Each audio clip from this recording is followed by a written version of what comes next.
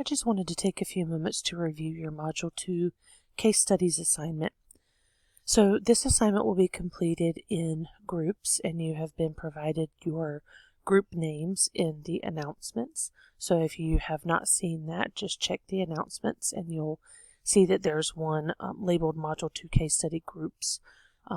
So you should find all of your group members there. When you're completing the assignment, in addition to answering the questions associated with the case studies, you also need to be sure to submit the group evaluation form, and you'll submit that in the section called Module 2 Case Studies Group Evaluation Form Assignment. That particular portion of the assignment will be graded separately as a complete incomplete, but it must be submitted the same date as the due date for the Module 2 case studies. So for case 1, you'll see here is Dr. Sally McKenzie. You'll read about her. That's 3 paragraphs, and then you'll see some assignment directions. When you look at the directions, you'll see that you'll complete this in groups of 2 to 4 students. Those have already been assigned.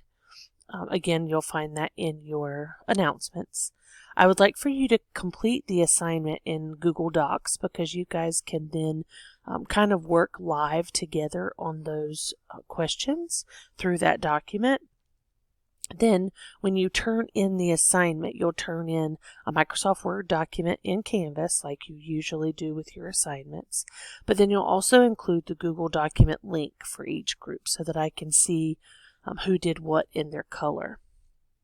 So to complete this assignment, you're going to be using your Bonder text as well as the presentations from Module 2, and you're going to utilize that information to answer the critical thinking questions found for each case study.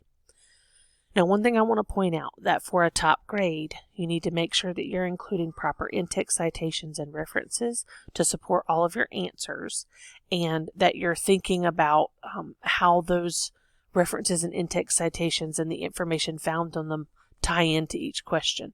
If you use any of that information, then there needs to be an in-text citation because that's not common knowledge, and that would be the only time you would not need an in-text citation. Either that or if it's your opinion. Now, for question number 1 under case 1, this is asking you what you believe. So in this one, you don't need any citations or support for this question number 1. But I do need you, once you make a decision as to which disorder you believe Dr. McKenzie exhibits, I do need you to explain why you believe your answer is correct. Then you'll also answer question number 2, symptoms, behaviors, thoughts that she exhibits that suggests the mental health disorder that you listed in number 1. Again, you're going to need to make sure you explain your answer in detail. And in this one, you will be utilizing the course content, so you will need to use in-text citations here. And you note here it says your response to this question should convince the reader that your chosen diagnosis from question number 1 is correct. And then in question number 3, you're going to speak about the symptoms you identified, of those which ones might cause Dr. McKenzie problems in her work as a pharmacist. And then think about how might an OT practitioner help Dr. McKenzie with the symptoms that you did identify. And again, you're going to need to be thorough in this response and explain using course content, which means in-text citations will be appropriate for question number 3.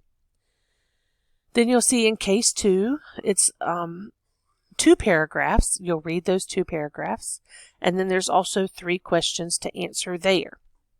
So number 1, again, is an opinion for you and your classmates. You do need to come up with one answer as a group, though, for both this question number 1 and question number 1 in case 1. So you'll need to explain why your answer is correct, but you do not need to utilize citations. You can use, that's you providing your opinion. Then in question number 2, what behaviors, thoughts, or symptoms does Ms. Mitchell exhibit that you identify as problematic? That one, you're going to need to make sure that you are providing course content, which means in-text citations, and your response to that question should convince me, the reader, that your diagnosis is correct. Then of the symptoms that you identify with Ms. Mitchell, what might affect her daily occupations? You want to use your OT practice framework here and use that OTPF language. You may also reference the Thomas textbook occupation-based activity analysis. And then you're also going to want to answer, how might an OT practitioner help Miss Mitchell with her daily occupations? You want to explain your responses. And then I put a little hint here. Think about all the areas of occupation and how those could be impacted by the symptoms you identified. Then if you scroll down a little bit further, you will also see the rubric. And when you look at the rubric, it breaks down exactly what I'm looking at. So case study 1, question 1 is worth 2.5 points. Case study 1, question 2 is worth 10 points. Question 3 is also worth 10 points. So as you can see there, the rubric gives you a really good idea of exactly what I'm looking for and exactly how I take points off or add points on, or whatever the case may be.